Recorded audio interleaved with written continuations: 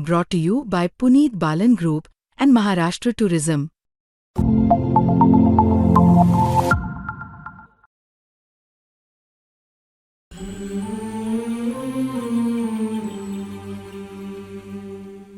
Sir, तुम्ही राष्ट्रीय rifles command केलेला आहे जम्मू काश्मीरमध्ये. आत्ताचा जो क्रायसिस झाला सगळा पहलगाम मधला, ज्या पद्धतीचा अटॅक झाला, तुमच्या एक्सपिरियन्समध्ये तुम्ही त्याकडे कशा पद्धतीने बघता? कुठल्या टॅक्टिक्समध्ये किंवा याच्यामध्ये काही शिफ्ट झालंय असं तुम्हाला वाटतं का? इंटेंटमध्ये शिफ्ट झालंय असं वाटतं का? पहिल्यांदाच या आधीचे अटॅक सुद्धा स्पेसिफिक टार्गेटेड अटॅक असायचे, पण ज्या पद्धतीने यावेळेस बातम्या आल्या की जे सर्व्हायव्हर्स होते त्यांच्याकडनं ज्या पद्धतीने स्टोरीज यायला लागल्या की धर्म विचारला आणि अटॅक केला गेला, स्पेसिफिक इंटेंट त्याच्यामध्ये तुम्हाला दिसतं? तुमचा एकूण अनुभव लक्षात घेता आणि या सगळ्या गोष्टी लक्षात घेता? नक्कीच स्पेसिफिक इंटेंट होतं, कारण जेव्हा मी राष्ट्रीय रायफल्स कमांड करत होतो JNK मध्ये, ते कारगिल युद्धाच्या नंतरचे वर्ष होते, तर तेव्हा खूप आतंकवाद होता व्हॅलीमध्ये. माझ्या टेन्युअरमध्येच 2.5-3 वर्षाच्या टेन्युअरमध्ये आम्ही 100हून जास्ती टेररिस्ट मारले होते. तर पण ते टेररिस्ट अटॅक्स व्हायचे ते रॅन्डम असायचे, की एकटी गाडी दिसली जाताना तर त्याच्यावरती फायर केलं. एकटी गाडी कधी जात नाही.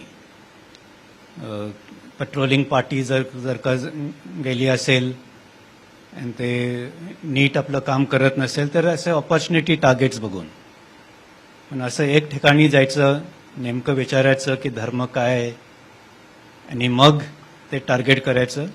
याच्यामध्ये याचा अर्थ आहे की ह्याच्या पाठीमागे काहीतरी एक मोठा प्लॅन होता आणि बाहेरनं यांचं डायरेक्शन होत होतं.